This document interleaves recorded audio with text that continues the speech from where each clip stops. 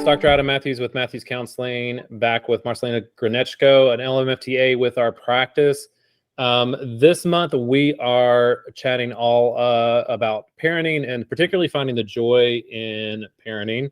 And Marcy wrote a fantastic blog post for us about finding the joy during the newborn years, particularly in the postpartum phase.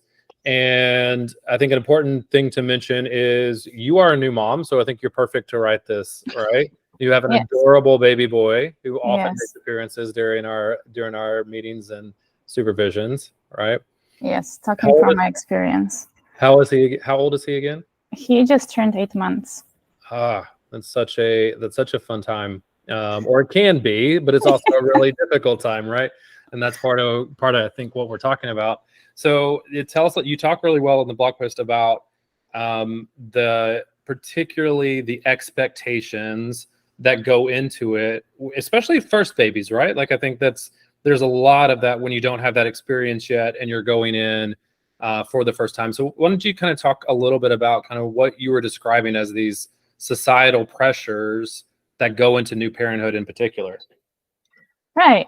I feel like most of us, when they have the first baby, particularly me, I thought that I was supposed to know everything, how to take care of the baby, how to hold the baby, how to breastfeed. And when the first time I held my baby, I was like, I have no idea what I'm doing.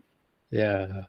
So that was particularly difficult because obviously there were like these feelings of shame that I'm not knowing what I'm doing, and I'm supposed to know what I'm doing.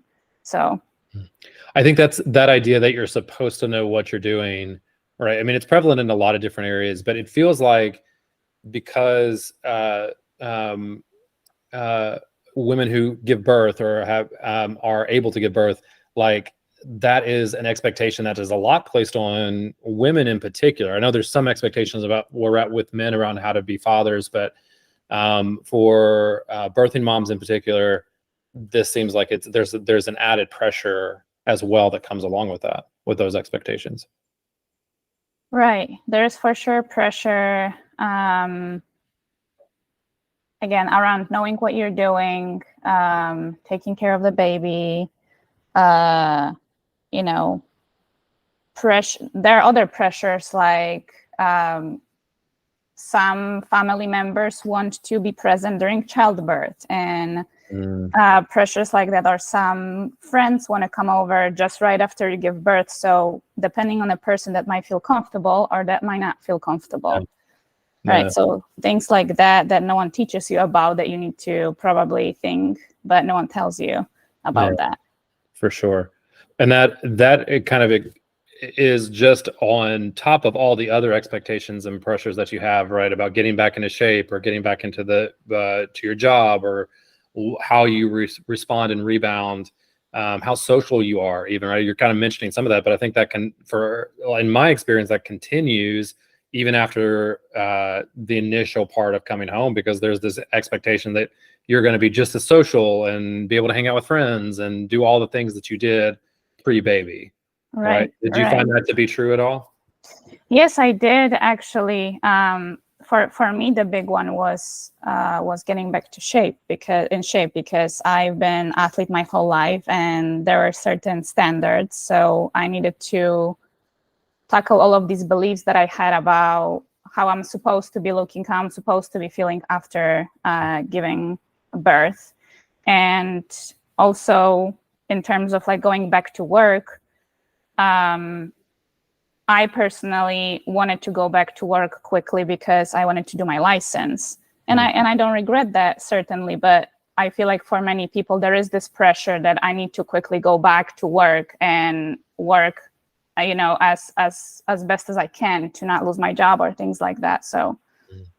Yeah, that's a challenge. And some people I know don't have an option not to go back to work, right? Right. And that can be really challenging as well. What is that? You'd mentioned a lot of the emotions that come up with those expectations and those challenges. Can you talk a little bit about those emotions that present themselves when you're having to kind of bear up under these really hard expectations, or these really hard, you're supposed to do X, Y, or Z? what are the emotions that tend to come up during that time of life? Right. The big one I would say is probably guilt, because if there is some expectation that you feel like you need to fulfill, and then you don't meet these standards, then the guilt comes up pretty immediately. So guilt is the big one. For example, when I work with clients, the common thing that happens is like, oh, I went to work, but then I wanted to spend time with my baby. So going to work is kind of like taking time off away from my baby.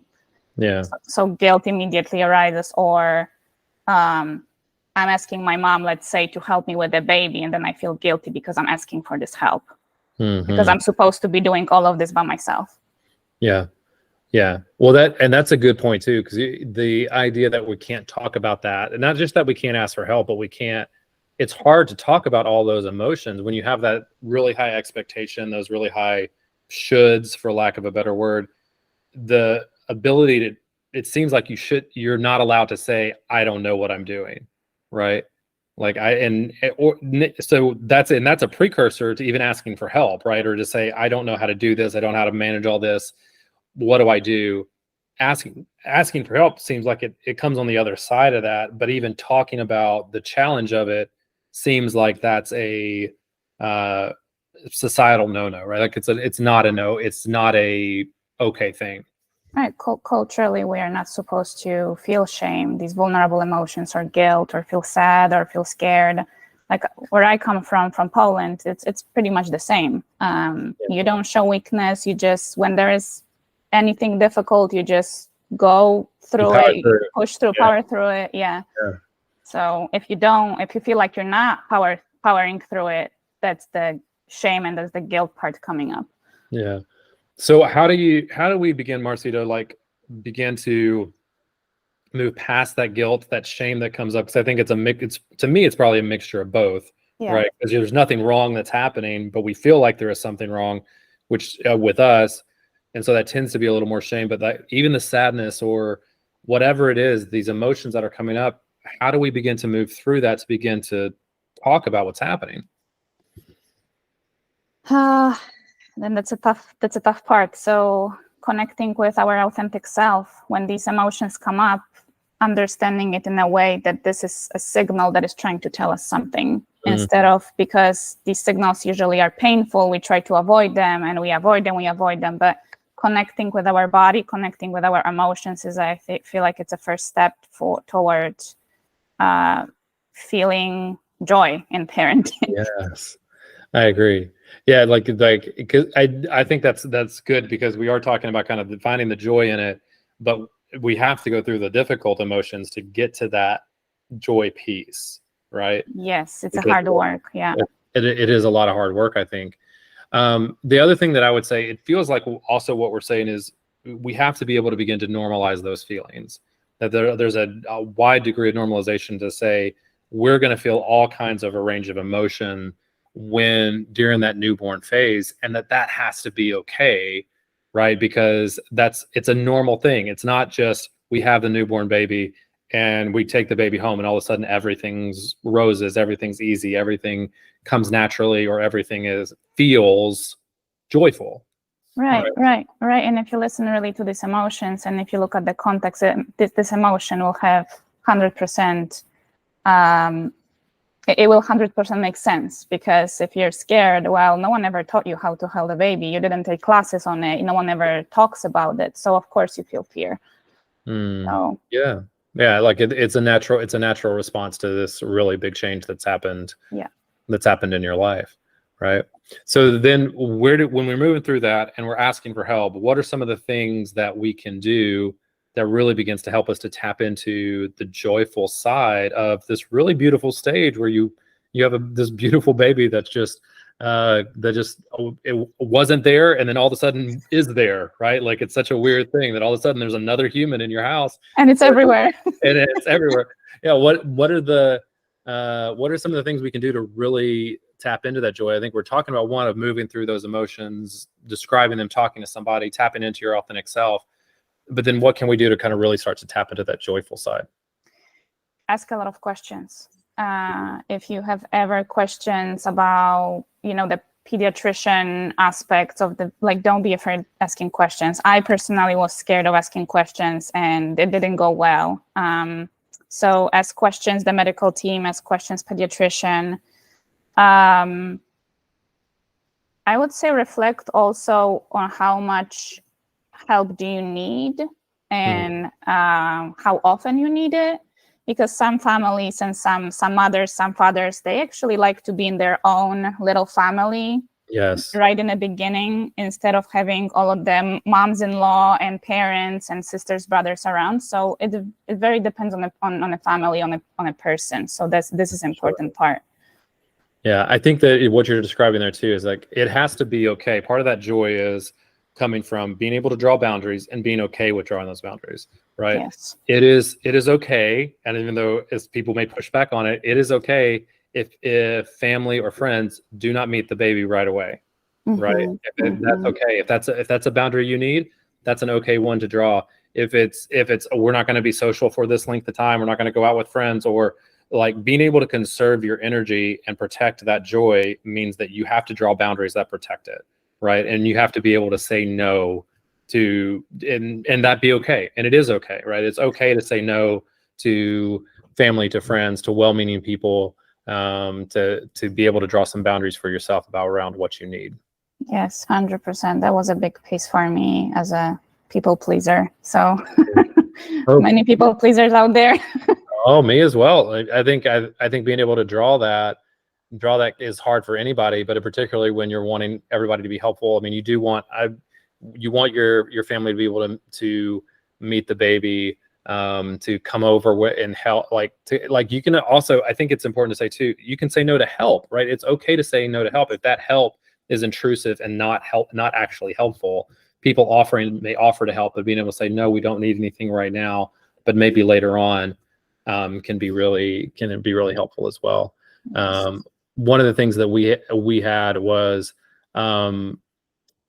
we had a lot of well-meaning friends and family in our lives wanted to bring us food, right? And that we loved that, but it also got to be overwhelming. And so partly what we had to say was, hey, thank you so much. Can you please just put that energy into a gift card so that we can order that ourselves or use it when we need to, right? Because it was just too much. Eventually it was more about managing the food and all the room in the fridge, and it just got to be a lot. So being able to manage that draw those boundaries that we need to are really important as well.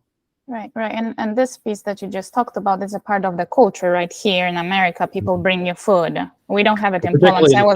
Not always in the north, but in the south, yeah. Where we're yeah. So that was a new thing for me. I want to also add quickly something that was big for me was that right now, if I could tell myself, myself in the past, like expect that you're going to make mistakes. Probably not big ones, hopefully, but you will be lost. You will be lost in this process.